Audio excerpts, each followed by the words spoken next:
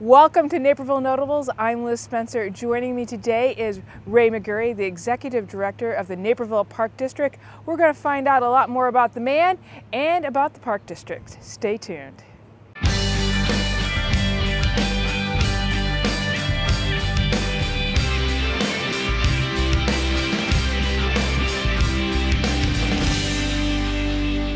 Let's just start really large and big.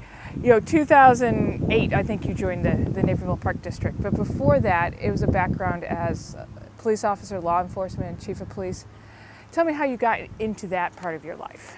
As far as the law enforcement part of my life, well, I came from a law enforcement firefighter family. Okay. We were your typical blue-collar family from Chicago. I grew up on the south side. I will probably offend half of your viewers that grew up on the north side because there's only one good side to Chicago, and that would be the south side. I grew up in the Beverly area. When you live in Chicago, you identify by parish, St. Ethelrita, and the neighborhood, which was Beverly. So surrounded by police officers and firefighters in my family, and certainly the neighborhood I lived in on 86th and Damon was every other house was a police officer or a firefighter. So I became somewhat interested, but didn't actually go to college for that. I actually went to college for pre-med, and it's a very quick story. I was a manager at McDonald's. Did 5 years with McDonald's. I've learned the term: if you have time to lean, you have time to clean. That was the McDonald's theme there. And my buddy came in a Cook County Sheriff's outfit, but he was 20 years old. And I says, Kenny, what's going on? And he goes, I'm a cadet and I love it and it's so much fun. You should try it, and they're hiring more cadets. So I was like, I never gave that any thought. I mean, I came from a police background and firefighters, I just mentioned. So I said, okay, I'm going to go to a meeting. Well, went to the meeting, got hooked, came home completely disappointed in my mother again, and said, she goes, you're switching to what? I says, yeah, I think I'm going to be a criminal justice major now. So I go from my son the doctor to my son the police officer, which is a very honorable profession, but she knew, being married to a firefighter, how goofy those hours are and the things that you see and you do. So I hooked down with the sheriff's office and the cadet program, and from there went to a small town called Palos Hills, spent some time there, and then came out to, at that time, beautiful Naperville, as I called it, because I had no idea where this place was at. And came out with my then girlfriend, now wife, to visit her sister, and happened to walk by Egg Harbor, which was not Egg Harbor, was City Hall, and saw a notice that they were hiring police officers, and I'm standing there having had my first latte from Green Mountain, which was, I think now, what's the next door to Malnati's, which was the police department, and kind of looked around and I said, yeah, I should apply for this job. And so from there, applied, and they were hiring gangbusters. If your viewers you remember back in the 80s, I mean, we were putting, I think, 6,000, 7,000, 8,000 people a year, something like that. And it was weird when you'd work a beat in Naperville. You knew they'd move you around, and they fast-tracked me through the field training officer program because I was already a police officer, so I kind of knew, but I didn't know the geographics. So they would put me up on Ogden Avenue and then bounce me to the south end of town and go back and forth. And when I come back to the south end of town, there'd be whole subdivisions up. But within 6 weeks, I'm like, and you're looking for streets on your map and they're not there, and you're asking the dispatcher, how do I get to here? So it was just gangbusters then. And I was blessed to work my way up through the ranks to the rank of captain, worked for Dave Dial, worked for Paul Schaefer, worked with Bob Marshall, the current chief of police now, John Ripsky, a legend here in Naperville. And one day I heard that the Bolingbrook Police Department was looking for a chief of police, and I had no aspirations to be a chief, zero. I was very content, It was kind of like, if something went bad, you could always blame the guy above you or the gal above you. It was like, not me, but it was that buffer. And then I thought about it, it would be kind of nice to try that. So I applied and didn't give myself much of a chance, and got down to myself and forget the other gentleman's name, he was already a chief somewhere, and got a phone call from Mayor Claire, and says, we'd like you to be the next chief of police here. And it was like a pause, like, really? Like, wow, Chief McGury? That's like too formal. And so I went there and spent 3 years, a little over 3 years. Phenomenal community, different community than Naperville, but there's a lot of positive things that the mayor and trustees have done there. and certainly had my share of high-profile cases with the Drew Peterson case. That was an interesting story. I had just come off a bodybuilding competition, so I took like 5 days off. When you do these, you and I've talked, they're so stupid. When you really think about it, it's a male beauty contest. And I got roped into this by my son, because I was a power lifter. And he did a couple of contests. He says, oh, you just don't want to do it, you're too afraid. And of course, well, now you've just thrown down the gauntlet. Which, when your kid tells you, a friend, you can go, oh, shut up. And so I was coming off of that and had a party on Sunday to eat everything you couldn't eat for 16 weeks. And came in Monday morning back to work. And my deputy chief walked in and he says, hey, I don't think it's a big deal, but Stacy Peterson is missing. And at first I didn't connect the dots. This is Stacy Peterson. Yeah, Drew Peterson's wife. Oh, well, yeah, I just saw Stacy a couple of weeks ago here at the station. And because and of course I asked the normal questions. Is there problems in the marriage, or is this? No, we have no indication of anything. Okay. So, about 24 hours later, that is nothing. It's going to be no big deal. We had every national syndicated paper or people that just made up a paper and says, I'm now with this. I mean, it was just crazy. It was insane. You had you had a priority to find Stacy, but then you had the other thing to maintain the integrity of the neighborhood that these people had set up in. And these reporters came from all over the country, all over the world for this story. It was incredible. The story had just exploded. Why do you think it exploded so much? Not that I don't think it's a serious case and I feel for the family, but these things happen in places all over the United States. Yeah, I think what it is it was a police officer that was a suspect, or an alleged suspect. It was now the second wife that, first one, Savio obviously was found dead in her bathtub, and the state police investigated that, and there were some bumps in the road with that investigation as they came to find out. And so I think there was that intrigue of, is the police department covering up? Are they all complicit in the murder? I heard that. I would average during that, from about end of October when Stacy disappeared, probably till January, anywhere from 500 to 600 emails a day. And I would say the vast majority were angry, nasty, I was a murderer. I had a couple death threats against me and my family. It got pretty serious. I had the cameras show up at my house. I could handle that.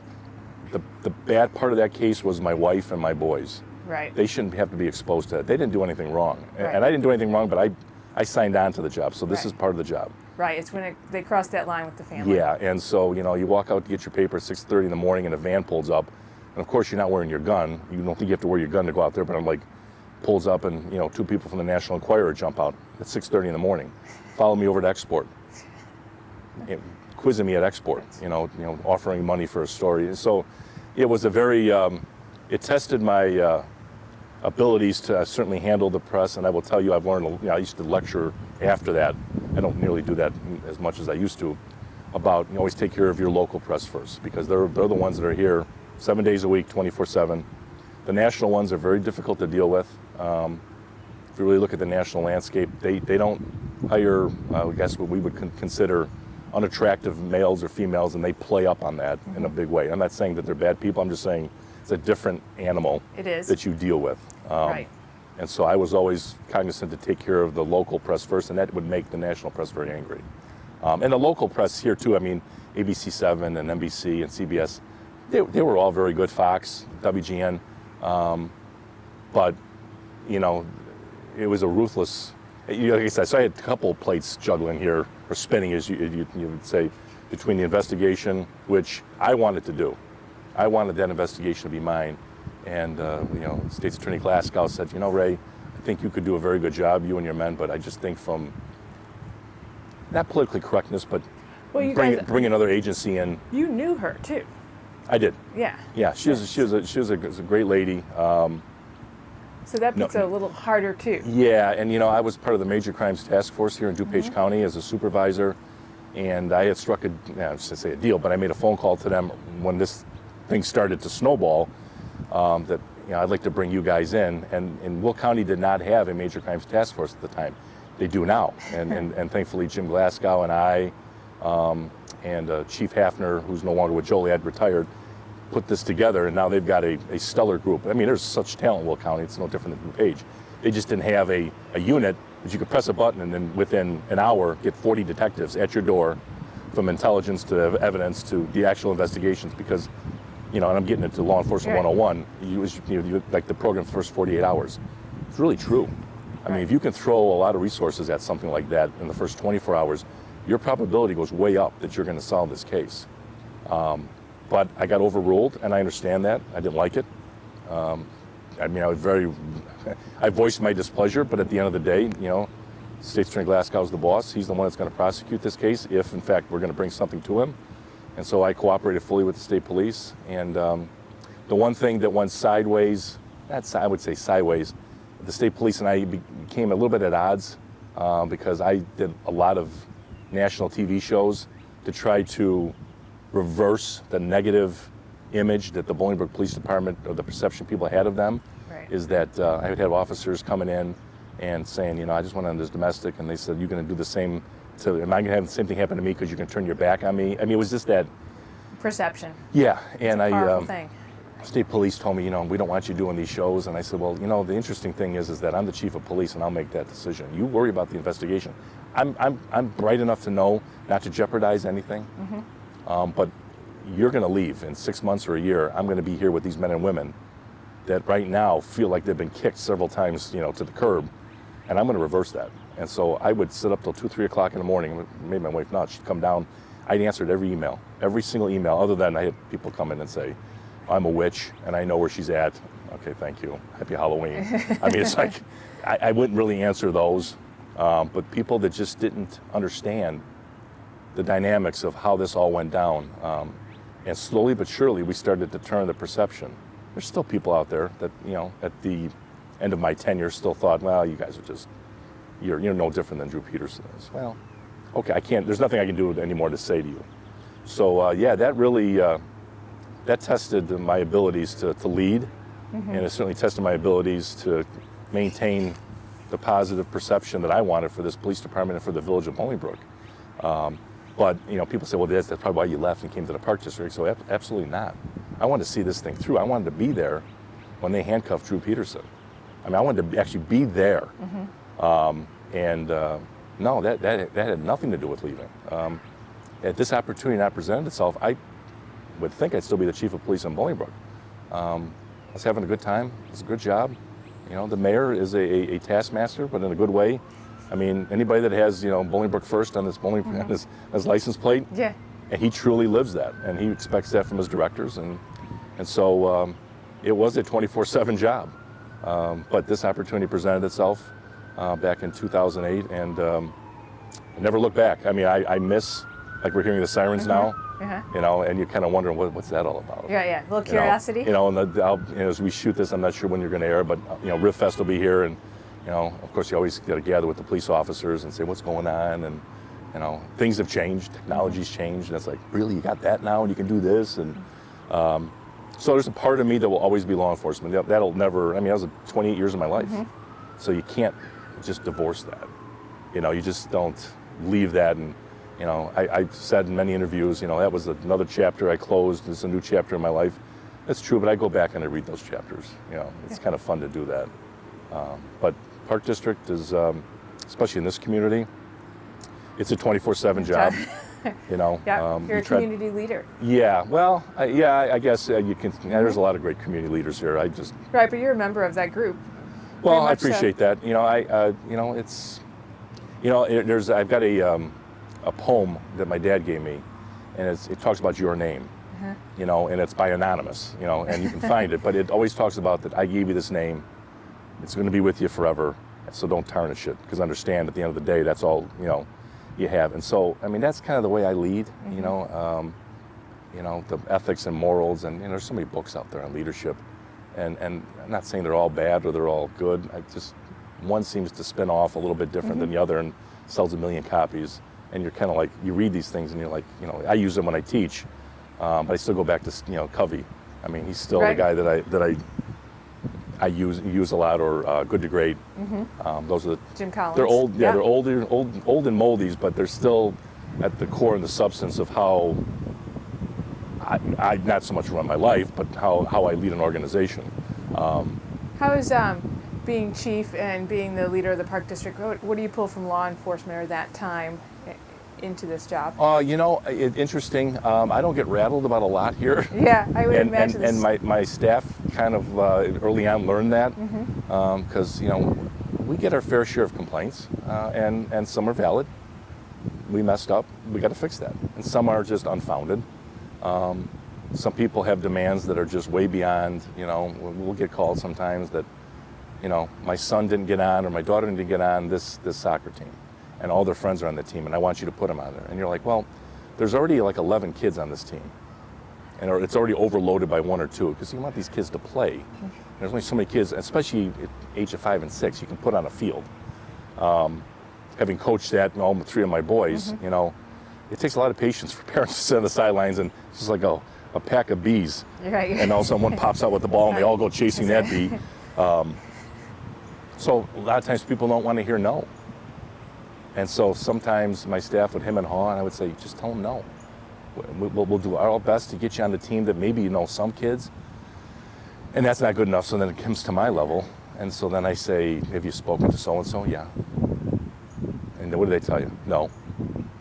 I'm supporting their decision. Well, I'm writing a letter to the Naperville Sun, or I'm going to go to the press. Okay. I get you absolutely right. And I said, here, we have board meetings. Okay. You should come and speak out in the matters of the public at the beginning. Let the board. I'm just giving you access, but at the end of the day, you just understand. If I do this for you, there's 20, 30, 100 of you behind you that are going to want the same thing, and there's got to be some rules. Now I'm not hard fast. I mean, if somebody says, listen, my son has this. I mean, I've had people come to me and say, my son has a disability. He's he's autistic, or he's got ADHD, whatever it is, and he just really would thrive. What am I going to say? I mean, of course I'm going to help that person out. When I was coaching here, as a coach for the Park District, there was some glitch in the system, and I wound up having to coach the kids from Madison when my kid was a Kingsley kid, over by Kingsley there. And he was mortified. Like, all my friends are right here. We live right down the block. And so I made a phone call, and they said, I wish we could help you. We thank you for volunteering, but you're going to have to, coach that team. And I was like, okay. You just make do. And he made some new friends.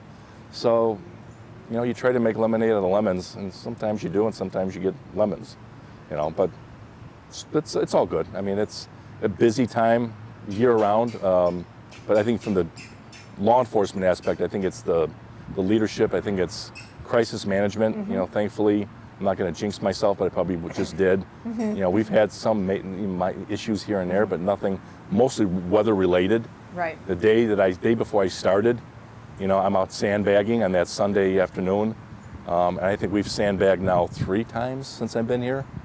The 100-year flood comes every year, every 2 years. Last year you had to clean the beach twice. Well, we had picnic tables and trees. Yeah. Actually in the trees, the top of the trees. That's how high the water got. It was insane. Yeah. And the thing with that is people say, well, but yeah, you only got like 5 inches of rain. What they don't understand is the Faywell Dam. We're at the mercy of, and I get it. I get what you got to open that. Yeah, you've to got alleviate the flooding up north. Right. Listen, people's basements and their livelihoods are much more important than my beach. In the order of priorities, I get all that. Right. It doesn't make it any easier though. And certainly I felt like Charlton Heston in the 10 Commandments. And you stand on Eagle Street and they let you know by radio, we're opening up the Faywell Dam. And literally, it comes around the corner and the water just rolls higher and higher. And I'm looking for my staff, part the sea, and it's not working. And now we saw it flow right over the fence, right in, and fill up your beach again. We get water features then, we save the taxpayer money by just having built-in water features that obviously you can't use. It's all natural. You could have just left the water as is. Maybe not. Maybe not. Maybe not. No. But no, it's been a great ride. We've got a lot, a lot of things. Got a lot more things coming up. Just kind of playing catch up to bring some other amenities here to the community, but do it in a fiscally responsible way. And I know that's a term every executive director will use or politician will use, but I truly believe we live it. We recently had an issue at Knocknolls. The Nature Center is due to open tentatively September 8th. It will be on time. We'll open, but everything's not going to be done because of the rain. Right. And because we started digging to put in the driveway and found old tires. We found topsoil that's 4 and 5 feet deep. Usually you hit topsoil at a foot and then you have a hard surface. You can't put, I don't care what it is, cement, asphalt. We're putting pavers in because they're permeable and they're great for the environment. But you need a better base. So that's $400,000 extra. Yeah, that you didn't so plan on, right? I'm not going back to the taxpayer, which is me, and ask for more money. So we take some money from the golf operations or capital fund that we were going to use there. We've done some great upgrades out there, but I'm just going to shift that and pay for this. That's a priority right now. Going to live within our means, and I'm not saying that the city and the school district doesn't, but I know we do because I'm the one that oversees that. Right. Well, and it's I'm sure the taxpayers. I'm a taxpayer. I appreciate that. Yeah. When you joined here, you had made a comment that you were, more of, a weightlifter and a run guy, and now you've got, yoga and some Tai Chi. And how has being a part of the Park District kind of shifted your philosophy on fitness? It's interesting. When I got here, and like I said earlier, I grew up in Chicago and grew up in parks. I mean, again, my father being a fireman was gone, for 24 hours, and then worked a second job on his days off to make ends meet. So, I was around my mom a lot, and that was probably why she says, get your rear end out of the house, go do something. I want you in the house. We lived in parks, played baseball, all the normal sports. But Chicago has some nice forest preserves, but they don't have trails, at least when I grew up. And so my whole framework, my whole snapshot of recreation was sports. Now, when I took this job, I knew we had garden plots. I really knew we had garden plots when I got here. Right. Trails, I knew all that, but I didn't really know it. And then I got here, and I thought, well, if you want to relax or unwind or just recreate, well, then you go play softball at Knock Park, or you go and you play, just was all sports driven. And my eyes got opened real wide, through gardening. Well, how can gardening be social? How can that be recreation? Well, it was like I looked in the mirror, I go, you moron. I mean, it's like people go and they have a plot next to the same person for years, and they bring chairs out and they talk to each other and they talk about their gardens, and it's just a different way of life, or a different way of recreating. And so then I started looking at our surveys, and the trails is always number one. People want more trails, and as expensive as gas is today, and the traffic issues that the city always struggles with in this town, to be able to get on a bike and get from, you may take a little bit longer, get it from point A to point B and have to avoid all that and save yourself some money and get some exercise. Trails are a huge issue. The powerlifting and the running, I ran 2 Chicago marathons, one for my wife's aunt who died at a very early age of colon cancer, and my dad who died of lung cancer in 2001. And the ironic, well, I used to say ironic, in 2001, if you remember, they were going to cancel the marathon because of September 11th. Right. And I remember finishing the marathon, and of course looking for the beer truck right away. Find a beer truck to get some carbs in me, and I had my phone, but I had it off. And my sister called me, and she says, "I just want to make sure you picked up and you were alive." I go, "Yeah, I'm alive." And she goes, "Well, just so you know, we're at war." That was the day we started bombing. Wow. And so I did a lot of 10Ks. I saved all my bibs. I tape them, staple them up in the wall, and pay homage to them and look and go, That was a good was time. that my really time, or did I fudge that time You're right, a little bit? Yeah. But I was always a power lifter. I was always, lifting with the Naperville Police. They have a team, and they got some phenomenal. Mike Geiger, I think he's been on your show or been on an NCTV program. World-class power lifter for police and fire. Bill Nichols, who was a staple here, still is, in the powerlifting community around the world. So I was with those guys, and you always want to work out with people that are a lot stronger or a lot faster than you are. You want to be pushed. Even at my age, you still want to be pushed. But just, let me retract that statement. Let me walk that back. Nudged. As you get older, just nudge me. Right, yeah. Just don't push me. Just nudge me. Right, yeah. Or maybe strong suggestion. That's it. And so then, I got into the bodybuilding, and the one mistake I made is I didn't stretch. Yeah. And that's a big mistake. And there's ways in which, there's so many different schools of thought on, do you stretch before? Do you stretch during? Do you stretch after? And and the answer is all. It's pretty much all of them. Right. And over the years, my shoulders took a pounding. So this shoulder's not nearly as flexible as it used to be. So, my wife's friend does the Thai body work. And, if we would have done this 10 years ago, this interview, this would have been a different Ray. And I would have been like, listen, this yoga crap and this Thai, whatever you want to tie one on, who cares? I ain't touching that. And now, I mean, once a month, I've done the yoga before, but not as religiously, but I mean, going for a massage or stretching and having somebody stretch you out, and the Thai body work is that. It's really, really beneficial. But we offer that here at the Park District, and Tai Chi is huge with the senior community because it's very slow, fluid movements, but it's a relaxation, but it's with the bigger thing, it's stretching for them, it's movement, because people say, well, Ray, when are you going to retire? Never. I may not be here forever. I know I won't be, but you'll find me at a Starbucks working, sweeping floor. I'll be doing something, because I just think that once you check that date off and you go, okay, I'm now this age, so now I can retire. To do what? To sit at home and atrophy? I don't golf. Even that though, even if I golfed, I wouldn't want to do that 5 days a week, 7 days a week. Right. I want to do something. So maybe that's volunteerism. Who knows? It'll be something. And I think that's a big part, not only from a physical aspect, from a mental aspect. Studies have shown that you need to be engaged. Right. And it's mentally and physically. Yep. So agree. I agree with you on the yoga thing. I think you are in my case, a runner, or in your case, a power lifter and a runner. You get so far into that, and then you realize, oh my gosh, I should have been stretching. And then now you're like all over it. It's a valuable lesson you learn when you can't do something like that. But you never hear it when they're telling you off the top. No, never it just takes too much time, or you're exactly. just like, I think I stretch more than I run. Yeah. That's how I feel about it. Yeah.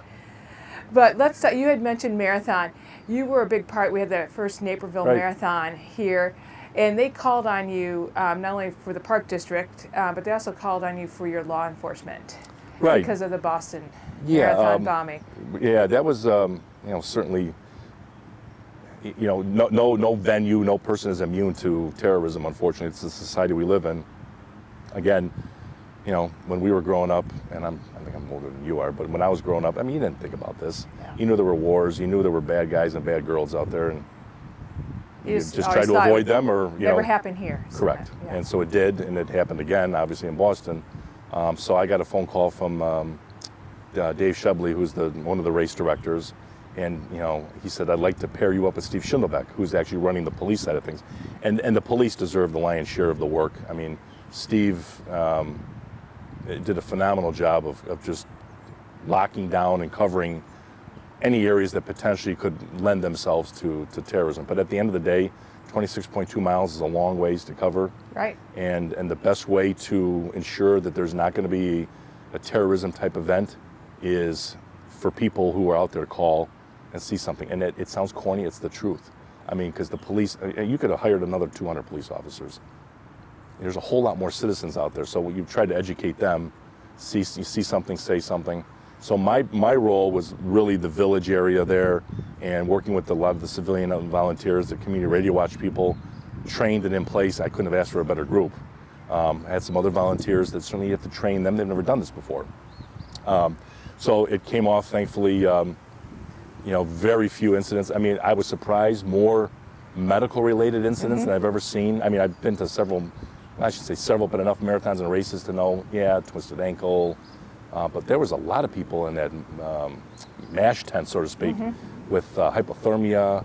I think people thought, well, since it's so cold or so cool out, I don't have to hydrate as much, and they ran into caught trouble. them. Right. Yeah, I caught them. But I know that the event's coming up again in this November. I've been asked to participate again. I gladly accept and help out, and it's at a new venue. Obviously, we're having Riff Fest here in a couple days.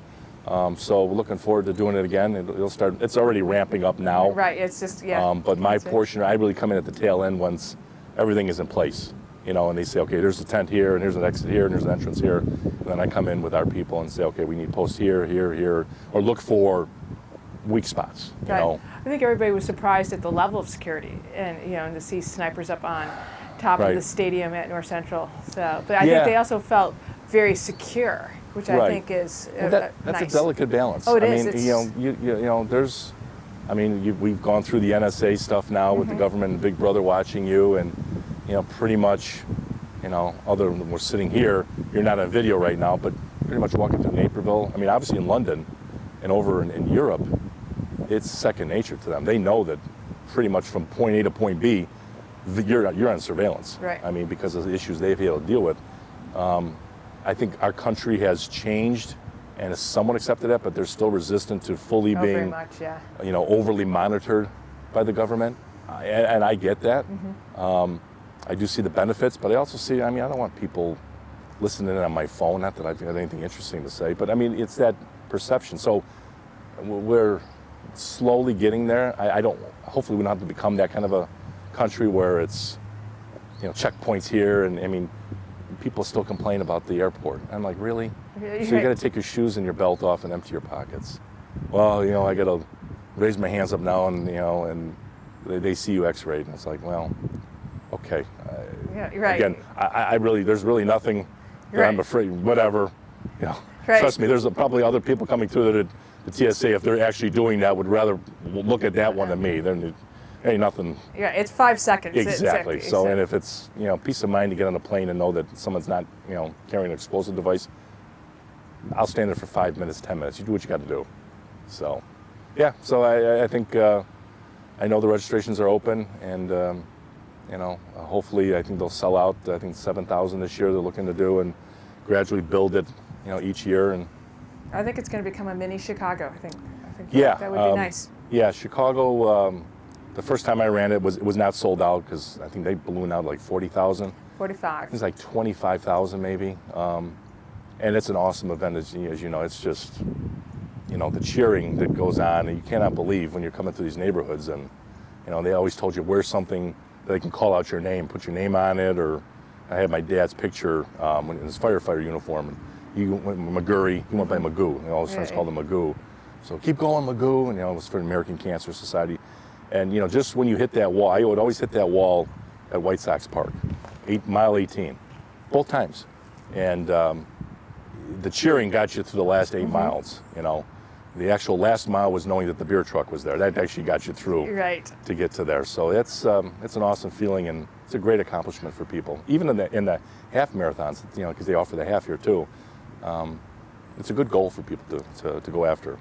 But you gotta like to run. Yep. And you gotta like to run for a while. Right. Yeah. So you're out there, right? Yeah. It's either 2 or 4 hours, so you make the call. So Right. Depending Exactly. on someplace in the middle there. Right. So when you took this job, you did something a little different. At least you've always been very accessible, but you were very much about transparency. So anybody can come see you. You had coffee with Ray. You send out these email updates. Right. Why is that important to be so accessible? You know, that kind of goes back to your other question about what did you bring over from the chief of police. I started a program called Coffee with the Chief in Bolingbrook, and my staff at first was like, "You're an idiot." You know, and I always surrounded myself with people, which is, you know, that are a lot brighter than me, which is not awfully difficult to do. And so I had them brighter than me and not like me, and so I would hear different viewpoints. And you know, like, we were one of the first communities to install the red light cameras, and I was very apprehensive about that. But we did, and certainly that we got an earful. You know, the mayor did, and then the mayor, of course, you know, sent them over to me, Right. and I would handle them. And so that wasn't the impetus necessarily to go out into the community, but people have not a fear, but they feel like, well, the chief's never going to call me back, or I'm not going to get an appointment with the chief. So I would go to them. And so it was a Saturday morning from like 7:30 to 9:30. I'd pick a coffee shop, and then it was a Thursday night, like twice a month. I would bounce it so I could catch people that, you know, had to work. So I would go like from 7 p.m. to like 8:30 or 9 o'clock, and I would always, you know, Starbucks or Caribou or Dunkin' Donuts, whatever. Well, you know, Dunkin' Donuts, of course, is one of my favorite. You know, Sure, yeah, the stereotype, Right, of right. course. And people would come out, and it would be funny. You'd get your groupies to come out. There was some of the little men and little ladies would come out from the community, because I would work deals out with the businesses to serve like donuts or serve little coffee cake stuff. And they would come and they would just listen to what's going on, and they would ask a question, you know, like, what was that call about? And so it gave them access. And I also got a lot of great information. I mean, people would come to me and say, I really don't trust calling because I think I'm being recorded. But I want to tell you about a drug house. I want to tell you about, I mean, we had a house in Bolingbrook that had dog fighting. We never would have known about that. I mean, the person saw them putting out their garbage and were describing things that are kind of indicative of that going on. And the next thing you know, I turn over to investigations, and within about 2-3 weeks, they make an arrest. And so it was giving them access to me, and talking about, I mean, mostly complaints, but stuff that I may never heard of it. I would rather hear it now than after the fact. And so here was the same thing. I mean, I make myself accessible. I try to volunteer out in the community. I mean, I was at the beach both days this weekend. I'd be half a dozen people each day come up and had a couple complaints. And it sometimes drives my wife crazy, and I get it. But it's what I do. I signed up for this. People should have access to me, within reason and within, being courteous. I mean, sometimes people come up and they'll start yelling about something. It's like, wait a minute, hang on. Yeah. Really? I mean, you're going to work yourself up over this? I haven't even had a chance, even give me a chance to respond yet. Right, yeah. So, I think it's important that if I'm considered a community leader, that you should make yourself accessible, How would you describe your leadership style? We've been talking a lot around it now, but if you were going to say how would you describe it? Yeah, I don't, and that's a course I taught at Marquette University on leadership, and, there's autocratic and democratic and all these labels. I don't know that I have a label. I'm more inclusive. I tell my staff at the end of the day, I may disagree with your decision, but I'll listen to you, and I live with it. I just can't. I loathe leaders that can't make a decision, so they will things away, meaning, okay, well, that problem will just work itself out. Now, yeah, some of those problems will, but there's some major problems sometimes where leaders just bury their head in the sand, look the other way, and hope that in a week that's just resolved itself. That's not leadership. That's luck. You have as much luck doing that as you do as going to a casino, for God's sakes.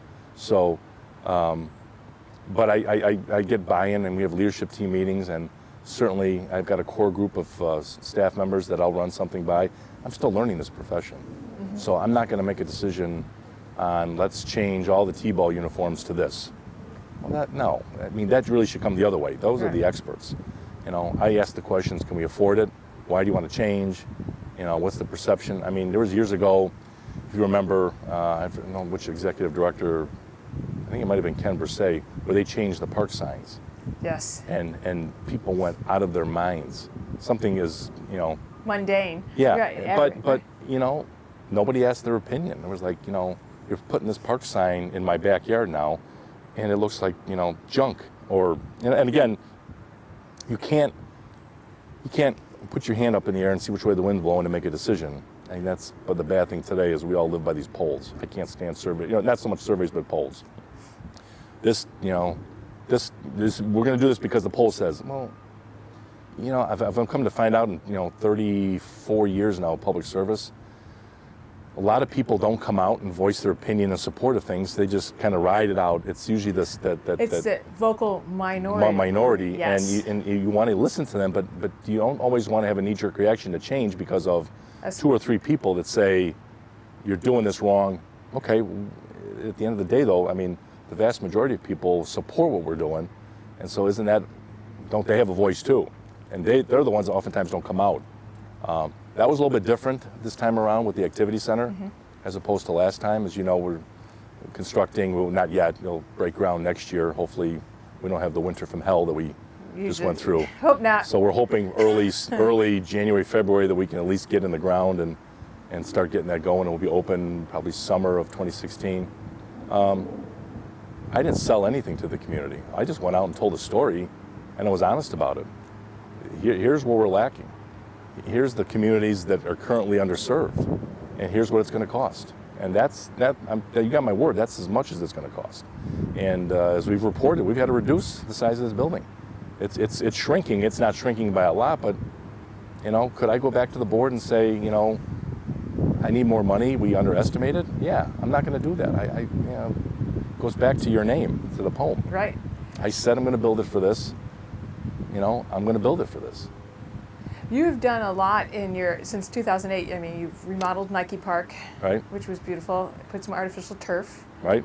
which I thought was, it was a first for you guys for the Park District for artificial Correct. turf, and something I think, having just really recently spent some good time on some artificial turf, doing some training, that how neat that is. Right. It is, and how I think that might be a little bit of a wave of the future for parks. Oh, sure. Yeah. It's not a cheap alternative up front, but over the long haul, you're probably getting 15 years of use out of that field if you groom it. There's still, you don't obviously have to water it, but the raking of it and making sure that it sustains the playable surface levels. Right. I mean, we get 2 inches of rain and people can be out there playing. I mean, it just drains really well.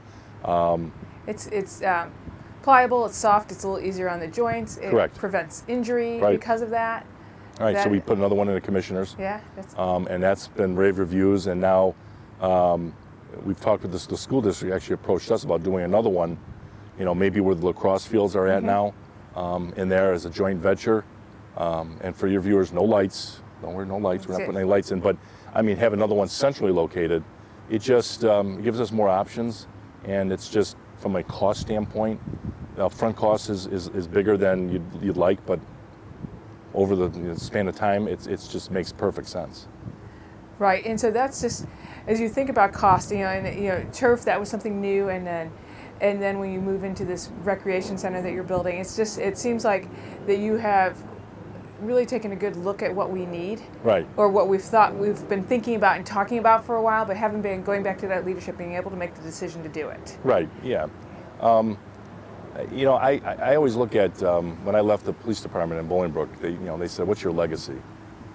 And I brought on that building that we were in there was so woefully small, and we had police officers that were tripling up in lockers, and you have all that gear. It was just horrible. And I convinced the mayor after I didn't sell him. I gave him a story and said, "This is where you're at. This is where you should be. I can get you there. It's going to cost you this much, And he said, "Fine, but it stays here. I want an expansion. I don't want you moving off property. I want everything to stay centrally located." Okay. And so, right away the reporters were asking me, "Well, that's your legacy." I go, "No, that's not my legacy." Or Drew Peterson, "No, that's not my legacy." So my legacy is that when I announced I was leaving, the mayor, and I went to the mayor and he says, "I think you should promote Kevin McCarthy to the chief of police. He's my deputy chief." He didn't blink. He said, "Absolutely." And so my legacy there was training people to excellence, creating future leaders, rising people up. I said, "You should never have to go outside this organization again. Kevin should do what I did and train the next person to take his position." And I would hope the same thing here at the Park District, is that, the leadership team that I have in place, that there's enough people for them to choose from when I leave to rise up to the executive director's position. And I have to do this national search. Nothing wrong with that. Somebody from Sioux City, Iowa, out there probably be a great executive director. But my job is to train the people to take that next step if they want that. I don't force it upon them. But I looked at the landscape and I said, here's the gaps that I see. Here's the gaps you're telling me about. How do we fill those? And so slowly but surely we're filling them. And what I want to do is when I leave is turn it over to whatever board is in place and whatever executive director is in place and say, I'm not leaving you with a mess. And I've been very vocal about sportsmen's. Very vocal about that. That was a mess. And it should have been fixed back in the 90s, and it wasn't. And Right. we spent a lot of money to get nowhere, to just fight off a lawsuit. If we would have spent the money that we spent on the lawsuit, I wouldn't be sitting here talking about it today. And I made a decision. I said, the Illinois EPA, they're a great bunch of people, but they've got their sights, gun sights, so to speak, on gun clubs. And I knew that. And I said, why don't we just clean this up? What are we kicking this can down the road? Why? For what? I mean, there's no reason for it. And not to get the sportsmen people upset with me, but why do we need sportsmen? It seems a little out of place to me in this community. Well, it is it's trap shooting. It's a recreational activity. It's been here forever. It's Right. part of the Carolyn Martin Mitchell legacy. Right. She embraced that and thought that was a staple within the community. People right away draw the parallel that since I was a police officer, I also shoot a lot and I don't. I have nothing against trap shooting. I think it's a great sport. They've coexisted for years out there. I just think I don't like a 17 acres of land for a finite group of people. Mm-hmm. And I thought, let's clean this up. Let's open it up to everybody, where you can still enjoy your sport on Thursday nights and Sunday afternoons, but the rest of the time it's open for fishing back there, for hiking. I mean, yeah, people from the south end of Naperville are probably not going to come park and go hike through that area. Right. But people in the downtown area here may walk over there now and go, hey, that's kind of nice. I never knew this was back here, because I could never get back here. Right. I don't think a majority of people realize that you can fish back there. Right. Yeah. So I agree completely with you that it seemed for a very small group of people. Right. And now you're doing something about that, which I appreciate. Let's go back a little bit to this indoor activity center that you're building. Tell me a little bit of what's going to be included in that. So we'll have 2 full court high school sized gymnasiums that you can do a number of activities on, obviously basketball, volleyball, badminton. We talked about Naperville Bridge before we came out of the air here, and they partner with us a lot on doing these old-fashioned dances, and they've been pretty much selling out the barn. So I can envision them coming over to us and doing, kind of going back to I'm going to say sock hops. That half your viewers are going to go, what the heck does that mean? But the dances like that. So, I mean, a lot of groups like that will have a special needs room for WSDRA, WDSRA, and we'll certainly, what I just thought was, and I called it criminal in the newspaper, is that we know of 3,500 individuals in this community with special needs. And we have no facilities for them other than if the schools, who are great partners of ours, have an opening that they can use a gym, or they can use wheelchair basketball. Well, they can't do that on carpeting. There's certain things you just can't do. And so, I would hear these stories about, dad getting off the train, racing home, shoveling food down his throat, and then putting his son or daughter in the car and driving to Bloomingdale or Carroll Stream or Wheaton. Or on a Friday night, going to Fox Valley Mall with their kid to walk around just to get exercise. That's wrong. That's just wrong. Not in this community, not in any community, but not especially in this community. And I've got a special place. My cousin had special needs for years. She passed when she was 53. Never walked a day in her life, was in a wheelchair. I get it, and I thank God, that every day I can walk, I can talk. I mean, you take things for granted. And so if I can help that segment out that was sorely underserved, seniors, fastest growing demographic here in Naperville, baby boomers. Yeah. People will come to me all the time and go, why do I have to go to Fox Valley Mall? Again, nothing against Fox Valley Mall, but why do I have to go there and walk? Why isn't there someplace you have? And so this will have an indoor walking track. I was going to ask, is it good? Yeah, 8 laps. It'll be elevated. Nice. So it'll be away from the bouncing balls and all that stuff. It'll have a fitness center. Fitness was high on people's lists. I'm on the board of directors for the Chamber of Commerce, so I want to make sure I respect the private enterprises out there to not compete with them. I look at our fitness center, I tell people the story, you probably never see me in there. It's not going to have what I need, other than maybe the cardio.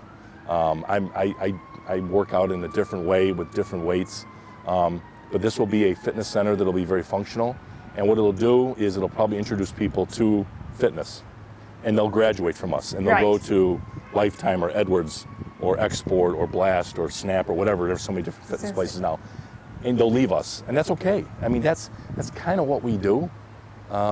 We do things really well, but people leave our baseball program to go to Naperville baseball. A lot of them leave our soccer program to go to traveling soccer, lacrosse. I mean, it's just what we do. The Park District, it gives a great introduction, and it's cost effective. So if you're a parent with kids and you're not sure they're going to like soccer, it's a great way to try it. Or you're an adult and you just kind of want to try something, but you're not sure you want to make it. It's our job. Yeah. That's what we do. We have a very vibrant gymnastics program, so they'll have a room dedicated to that. We'll have a lot of just multi-purpose rooms. You do your yoga, you can do your Tai Chi. People can come in and rent the room out for birthday parties. We're gonna have an indoor playground. That came out through our focus groups. And that was one of the best things we did, is we really got out in the community, and I can't even remember how many times, at least a minimum of a half a dozen sessions, and we had an all-day focus group that people signed up for and came in, and from seniors to special needs to teens to moms to dads, and we overwhelmingly heard we'd like a playground indoors. a place to go when it's, 10 below. correct. And Or so snowing. we'll be providing that. We have a little cafe. Nice. People can come have a cup of coffee. We won't be serving steak sandwiches, but we'll be serving, real basic food. No pool. It's just too expensive. We were given a budget, and people. I didn't realize until I got into this business. A 6 to 8 lane pool, 25 meters, is about $6 million. Wow. And then about $500,000 a year to maintain. Wow. I'm not saying that we don't need indoor water. I just can't afford it right now. Right. If this is as popular as I believe this building is going to be, I think you will see something down in the future. And I'm not making any announcements. I'm just saying, build it and they will come. And I think they're going to come. I think they're going to come. Are going to embrace this area to enjoy. I mean, it's theirs now. It's their money. It's our money.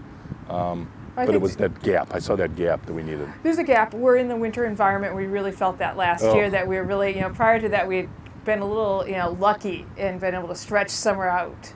Right. But I think we really got it back last winter, and that just really reminded us that, hi, we're in Illinois. It gets cold here.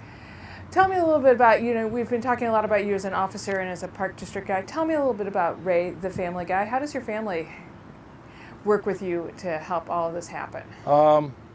They obviously keep me sane. My wife, anybody that can be married to a police officer or a public servant, like a police officer or a firefighter, that's a tough job. It's a tough. I mean, I tried to put myself in her place, and me walking out on midnight shift, and I unfortunately worked with some officers that lost their lives over the years, and you just never know. And I just absolutely sometimes want to go off when I hear people, you worked in Naperville. And you can predict when, people would be amazed at the stuff that, you hear about the whole high profile stuff in Naperville. And this is still one of the safest, if not the safest community of this size in the country. There's a reason for that. I hate the great people that live here, but crime doesn't really care about great people. That still comes, but it's the men and women on that force. So it was tough for her to see me walk out. I mean, when I was assigned as an undercover narcotics officer, it was even worse because I'd be gone for days, and I couldn't really talk a lot about it. And that's when I actually had really long hair for your viewers, believe it or not, down to here, and had the braided goatee, and I played the part of a motorcycle guy, and it was like playing. See, it's just another extension of bodybuilding. It was playing dress up. You're right. Yeah. I'm being on the stage of life, and not that sometimes people you do that because that's something you want to be. I never had any ambition to be a biker. Yeah. I liked riding Harleys, but didn't have that ambition.